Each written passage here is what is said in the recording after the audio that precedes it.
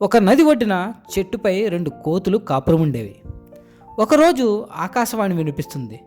రేపు తెల్లవారుజామున ఎవరైతే 2 గంటలకు ఈ చెరువులో దూకుతారో వాళ్ళు మహారాజుగా మారిపోతారని. ఆ మరుసటి రోజు ఆడకోతి కరెక్ట్గా 2 గంటలకు ఆ నదిలో దూకేసింది. వెంటనే ఒక అందమైన మహారాణిలా మారిపోయింది. తెల్లవారింది. తన ఆడకోతి కనిపించిపోయేసరికి మగకోతి కంగారుగా వెతికింది.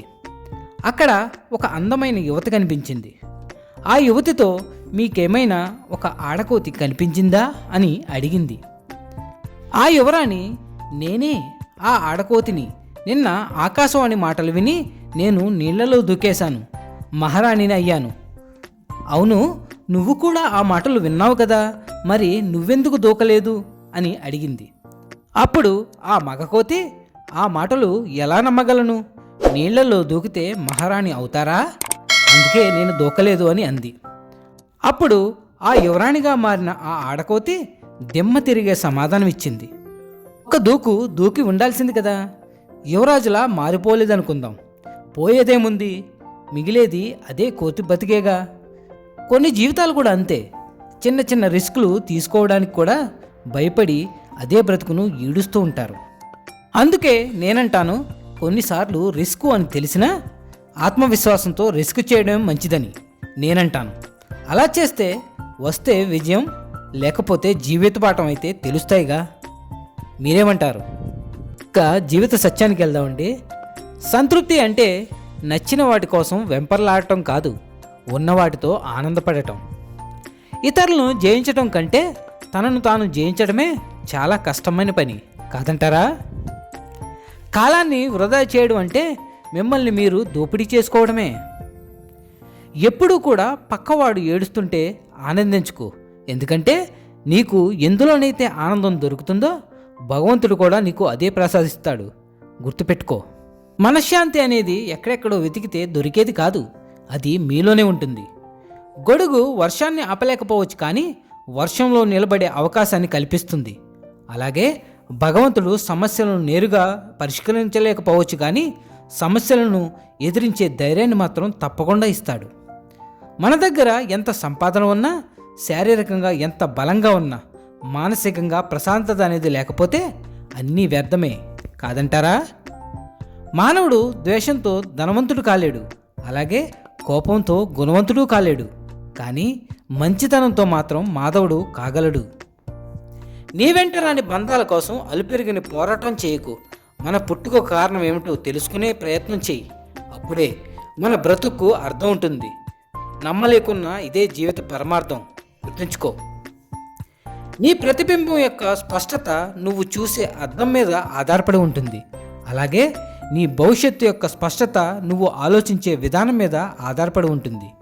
ఏ పరిస్థితుల్లోనైనా శాంతంగా ఉండగలిగిన వారే జీవితంలో ఏదైనా సాధించగలరు. మనస్సును నియంత్రిస్తే సంతోషం దానంతటా అదే దరిచేరుతుంది. సాయం చేసేవాడు భగవంతుడు, మంచిగా మాటలు చెప్పేవాడు గురువు, అలాగే నీతిగా బ్రతికేవాడే మనిషి. ఎదుటి మనిషిని అర్థం చేసుకోవాలంటే ముందు నీకు క్షమించే గుణం ఉండాలి. నువ్వు నీ పని గురించి నువ్వు నీ అంతరాత్మకు సమాధానం చెప్పుకోగలిగితే చాలు.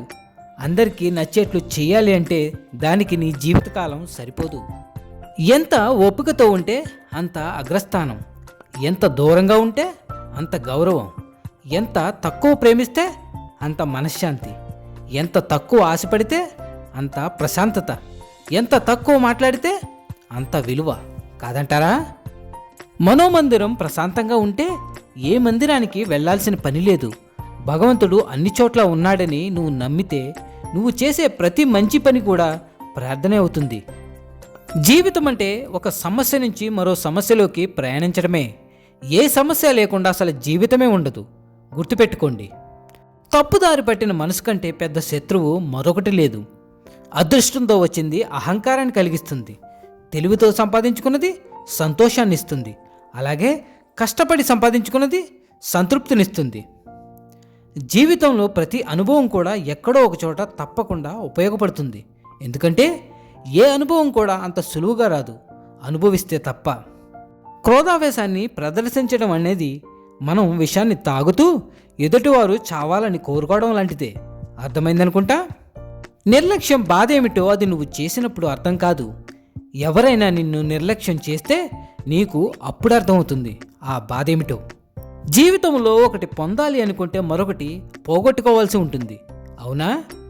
జీవితంలో ఒకటి కోరుకోవడానికి మాత్రమే కాదు, మరొకటి కోల్పోవడానికి కూడా సిద్ధంగా ఉండాలి. అర్థమైందనుకుంటా. అసూయపడేవారితో మన యొక్క అభివృద్ధి గురించి, అలాగే ఆవేశపడేవారితో మన యొక్క ఆలోచనల గురించి చెప్పుకోవడం మన మూర్ఖత్వమే. కోరికలను జయించాలి లేదా అదుపు చేసుకోవాలి. అప్పుడే మనసుకు ప్రశాంతత లభిస్తుంది. కోరికల వెంబడి పరిగెత్తినంతకాలం అశాంతి మాత్రమే మిగులుతుంది. గుర్తుపెట్టుకోండి. నీ కన్నీటి నుండే కసి పుట్టాలి. అవమానాల నుండే అనుకున్నది సాధించే పట్టుదల పుట్టాలి. ఎవరైతే నిన్ను ఎగతాళి చేస్తారో వారే నీ కోసం ఎదురు చూసేలా ఉన్నత శిఖరాలను అధిరోహించాలి. గుర్తుపెట్టుకోండి.